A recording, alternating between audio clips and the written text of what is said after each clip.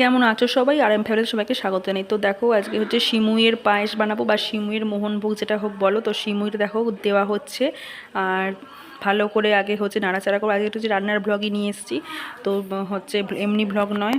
ভাবলাম সিমুইয়ের মোহনভোগটা তোমাদের সাথে একটু শেয়ার করি। তো ভালো করে আগে সিমুইটাকে আগে নাড়াচাড়া করে লাল লাল করে ভেজে নিতে হবে। আমি সমস্ত তোমাদেরটা এসে নাড়াচাড়া বেশি দিচ্ছি না, তোমরা নেড়ে চেড়ে নেবে। তারপর মা একটু জল দিয়ে আগে সিদ্ধ করে নিয়েছিল, তারপর হচ্ছে দুধ দিচ্ছে। দুধ তো সিমুই ছাড়া হয় না, দুধ সিমুই দিয়ে হয়, সুজি দিয়ে হয়। তো সিমুই দিয়ে দুধটাকে সিমুইটা দুধের মধ্যে দিয়ে ভালো করে ফুটে নিচ্ছে। তার মধ্যে এলাচ দিয়েছিল। এটা রান্নার ব্লগ না, একটু আপনার সাথে শেয়ার করছি সিমুইয়ের মোহনভোগটা আমরা ভাবে কী করে বানাই সিমুইটা, সেটা তোমাদের সাথে শেয়ার করছি। আর দেখো তার মধ্যে দুধ দেওয়া হয়েছে, এবার এটা ভালো করে ফুটবে, ফুটে সেদ্ধ হবে। তারপরের মধ্যে হচ্ছে চিনি, এর আগে হচ্ছে বাতাসা দেওয়া হয়েছে, চিনি দেওয়া হয়েছে, এখন হচ্ছে চিনি দেওয়া হচ্ছে।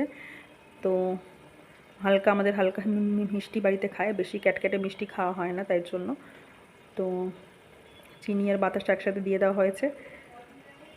তা আবার একবার দুধ দেওয়া হচ্ছে। তো কত দুধ দেওয়া, তাও শেষে পুরো চাপ হয়ে গেছিলো সিমুইয়ের মোহনভোগ। তোমার নাবিয়ে নেওয়া হচ্ছে, এরপর কাজু কিশমিশ আমুল দুধ সব দেওয়া হবে। তোমরা দেখতে থাকো একটার পর একটা জিনিসপত্র। তো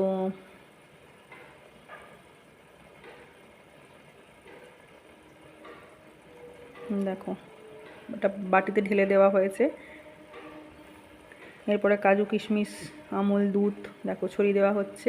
কেমন লাগলো অবশ্যই ভিডিওটা কমেন্ট করবে, ভালো লাগলে লাইক শেয়ার সাবস্ক্রাইব করে দেবে, পাশে বেলটি ওয়াচ করে দেবে।